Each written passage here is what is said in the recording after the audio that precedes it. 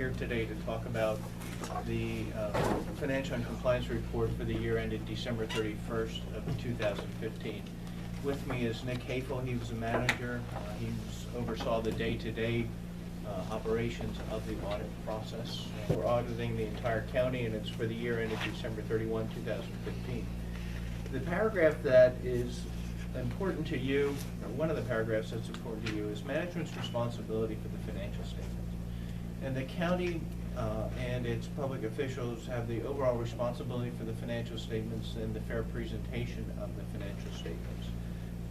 Our responsibility is to look at the financial statements, compare those to generally accepted accounting principles for local governments, look at how transactions are recorded and presented within the financial statements, and then issue our opinion on the financial statements. So our opinion is on the top of page 3.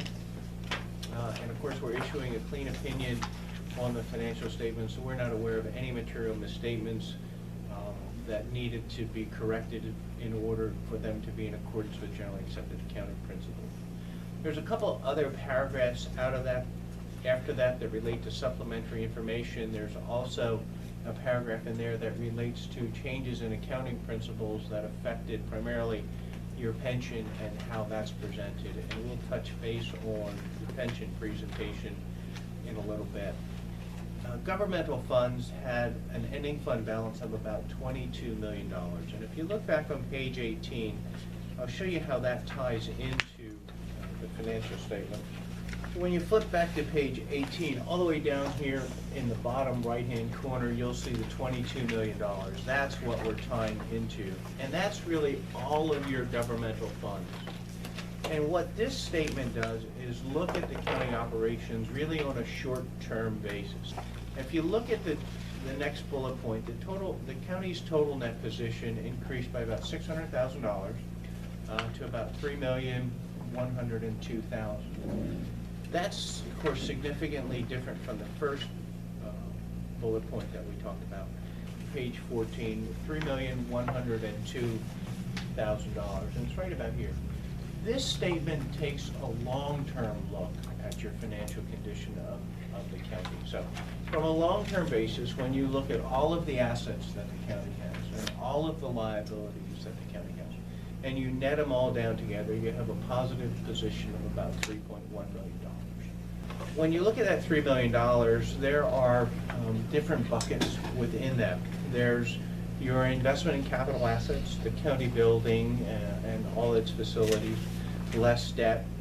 That's about $1.6 million really as a debit, as a negative. Your debt exceeds the remaining basis, the undepreciated basis in the assets that you own. You have about $3.6 million of restricted funds, and those are funds that are restricted for specific uses within the county. And then you have unrestricted assets, and that's about $1,133,000. That's the portion of the fund balance that can be used for any purposes that the county sees. The net investment in capital assets can't be used. That's non-spendable because that's things like this building and your furniture and fixtures. The bottom left-hand side, you'll see fund balance end of year $18,896,000. The number above that is the fund balance at the beginning of the year, the $29,751,000, and then the net change in fund balance, the $10,858,000, is the change, the net income or net loss for the year. And your revenues were lower than your expenditures by that $10,858,000. Now, you had a one-time blip in there from an expenditure standpoint, and that was your $10 million contribution to the pension plan. So your total assets were about $24,930,000. Your liabilities were about $6 million with some deferred inflows of resources, leaving you with a fund balance of about $19 million in the general fund.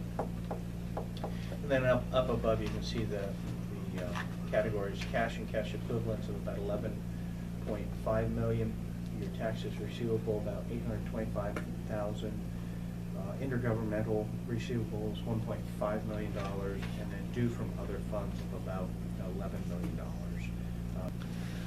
Mark, does the reimbursement that we are to get, is that included into due from other funds, like for the pensions and things?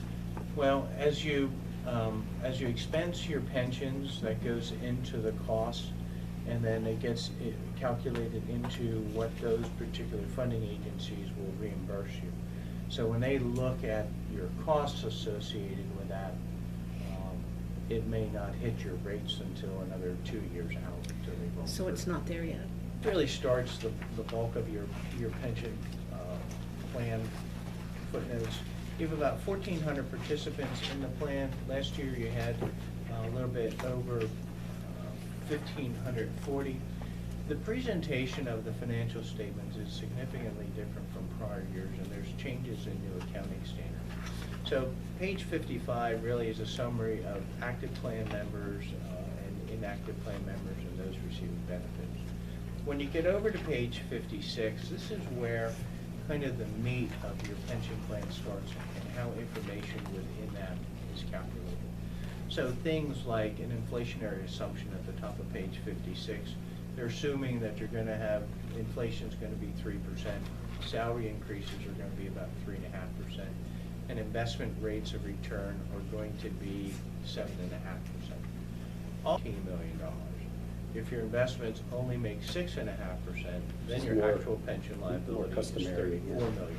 So there's significant fluctuations that are caused by those investment assumptions. So it's important to monitor those and make sure that your assumptions are correct. Now, you don't want to go and change your assumptions every year based on that. Those are long-term assumptions on where you're going to be. So at the end of 15, you had funded that liability of about 81.5%. There's a couple ways to look at it. And from running it on a crisis management standpoint, living paycheck to paycheck, we certainly wouldn't want to do that in our own personal lives to the extent that we can avoid it. So you don't want to do that for the county as a whole, particularly when you have responsibility for all of the citizens of the county. And the economy, although not as robust as everyone would hope, is certainly better off than it would be, than it was a couple years ago. So living paycheck to paycheck now, when there has been improvement, it would probably lead to significant crisis for the county when there is a downturn. When you look at how much should be cash on hand, there's no hard and set rule. You don't collect real estate taxes for the first 2.5 months of the year. So you want to at least have that much in your reserves. Arbitrage won't apply if you would take a bond out to fund your pension plan. You know, that doesn't quite make sense to me because we're still liable for the debt as well. You are liable for the debt, but it's replacing one debt for another debt. So right now, when you look at your pension plan, you have $25,620,000 of debt due to your pension plan. You're taking that, let's say you borrow that whole thing, you're taking $25 million, giving it to your pension plan, you no longer owe them, but you owe the bondholders $25 million. So it's taking it from one bucket and putting it into the next. But there is a hard debt because it's an amount you must pay back in full. Absolutely. Whereby if you were making 10% interest, that amount may come down. It might And have so to you would come not down. have that hard debt to repay. Right, one is going to be a fixed number, that you borrowed $25 million, you're paying $25 million back with your. Okay, then my next question would go to pages 40 and 42, where it names numerous policies that the county doesn't have. For instance, limit investment, I think it's maturities as a means of managing exposure, the dollars invested with one issuer, and the dollars limited in foreign currency risk. Does that become part of the policy within our report or audit that you just did?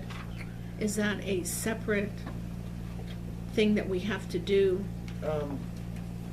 Which What bullet point? what guidance would you provide so that we can get those Oh, okay.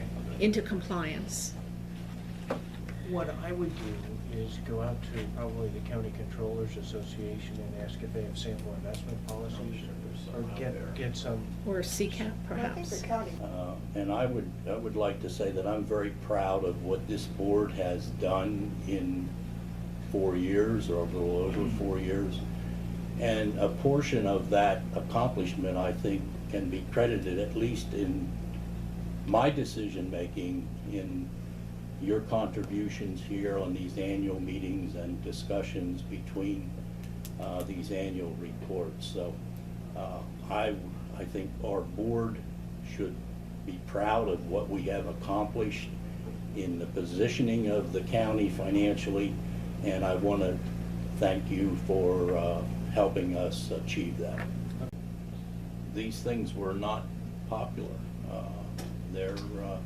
We expended political capital to accomplish this, and that was especially noted with the significant tax increase. But I feel that if a governing body like this is not willing to place themselves personally in a position that may be dangerous politically to right the county's financial situation and ultimately benefit all of the property owners in this county, because that's the only source of revenue that we have.